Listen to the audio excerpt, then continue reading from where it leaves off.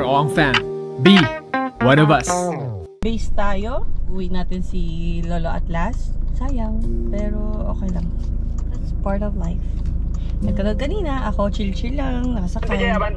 Sabi nga nila, pag tinawag ka ng sitwasyon, tama, ready ka.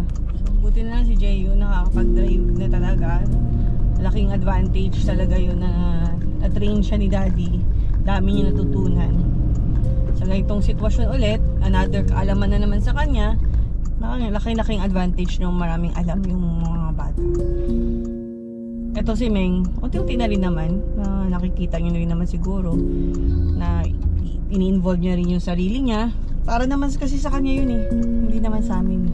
Ang mabuting magulang, hindi niya gugustuhin na hihirapan yung anak niya, hindi rin gugustuhin na walang natututunan yung anak niya.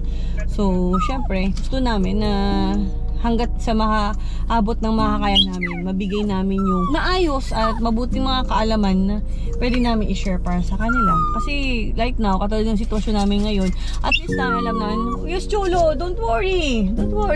Alam namin na in this situation, maasahan namin si Coco. So, ayun, bata pa si Meng, bata pa, marami pa siyang pwede matutunan talaga kung gustuhin niya lang. At sisipagan niya, tsatsagaan niya, uunawain niya, yan, isa pa yan.